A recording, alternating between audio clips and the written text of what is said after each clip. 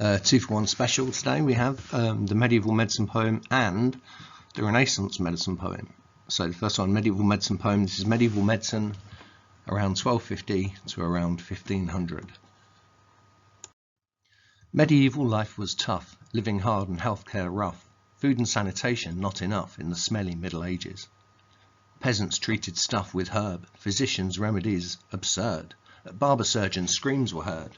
Death arrived at many stages.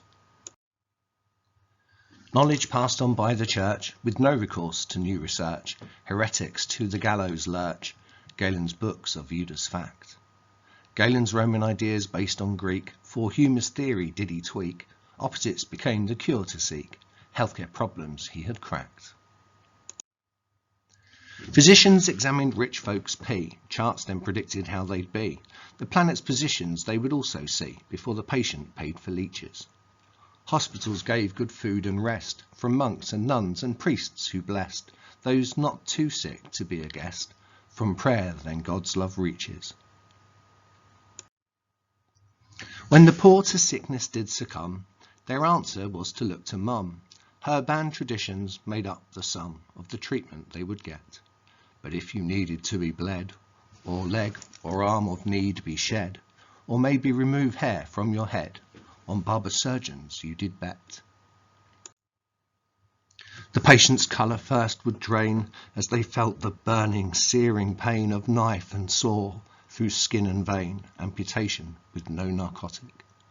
Apothecaries also plied a trade by selling potions that they made from plants and roots and things displayed that made them quite exotic.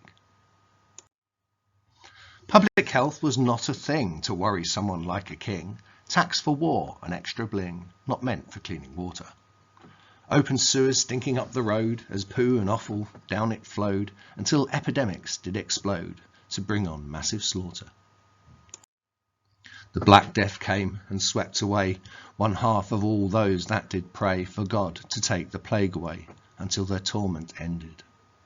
Some blamed the bad smell in the air, others laid whip on their back bare, whilst offering up to God a prayer against whom they'd offended.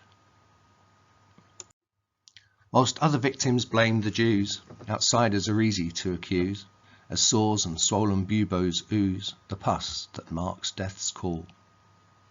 Medieval medicine then was stuck with ancient ideas and bad luck. Horrific contagion its people struck, a lack of progress to appall. Okay, welcome to the Renaissance medicine poem. So this is Renaissance medicine around 1500 to around 1750. Renaissance times saw new thinking, with art and science Da Vinci linking. The power of the church was shrinking, yet medicine saw few changes. Most people faced the same old story, with barber surgeons painful and gory, prayer for many still mandatory, physicians with limited ranges. Yet medicine witnessed some new views, as Vesalius' discoveries did bemuse those who Galen's books did use to study the human body. Vesalius cut up corpses raw, and inside the rotting flesh he saw that Galen's work contained a flaw. He called it rather shoddy. Vesalius wrote it in his book. His challenge to tradition shook those that abused the dwarvish crook, yet it failed to have an impact.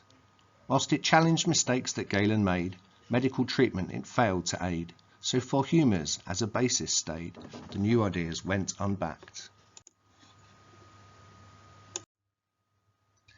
Then William Harvey waded in. Vesalius' work he did underpin by writing of the heart within, pumping blood in circulation.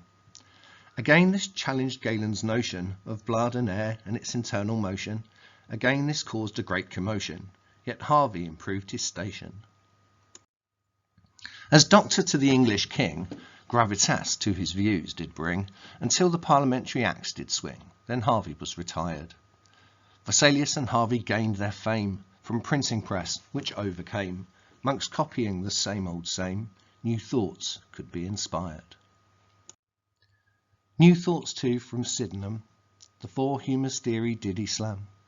His patients needed an exam to work out what was ailing.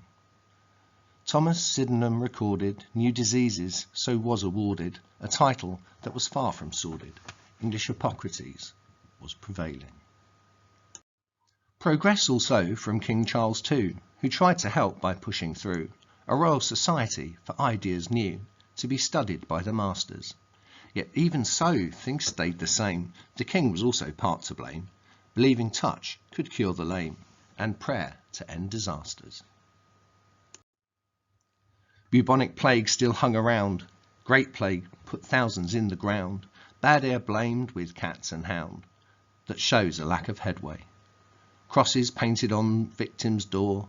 The sick can't leave home any more. Sweet herbs and flowers played doctors' war. Grave diggers had a field day. Renaissance times began a trend to test ideas and so on bend old ideas that the church had penned and bring on some advance. But attitudes were slow to change. The new ideas were seen as strange. Anatomy just lacked the range for medicine to enhance. Thank you very much.